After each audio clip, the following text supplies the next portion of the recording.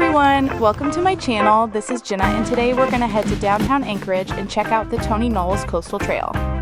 I visited Anchorage in late September and felt so lucky to witness the seasonal transformation. The amount of bright yellow and orange leaves hanging overhead and covering the trail almost felt unreal. This urban trail is easily one of the most beautiful coastal trails in Alaska, and maybe even the United States. Beginning in downtown Anchorage, the paved trail follows the Cook Inlet coastline for 11 miles until you reach Kincaid Park. One of the things that makes this trail so special is that you can see so many trademark Alaskan views without even leaving the city. Watch the tide come and go, revealing vast mudflats with the Chugach Mountains as a backdrop. Just remember, never ever walk on them. Look for Mount Susitna, nicknamed Sleeping Lady for its shape.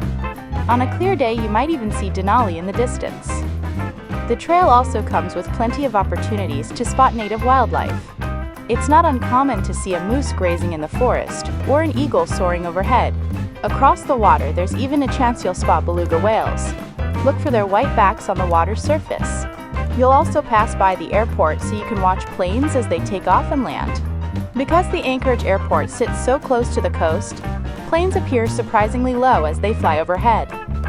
Regardless of what season you are visiting, the Tony Knowles Coastal Trail is a great way to experience Alaska's great outdoors and easy to add to a city itinerary. You can walk, jog, or do what I did and ride a bike. Renting a bike is easy, and Pablo's Bicycle Rentals is right by the trail entrance. Don't worry if you've missed a few days at the gym. You can rent an electric bike that will do most of the work for you. All you have to do is relax and enjoy the Alaska outdoors. Thanks for watching. If you enjoyed this video, please hit that like button and subscribe for more.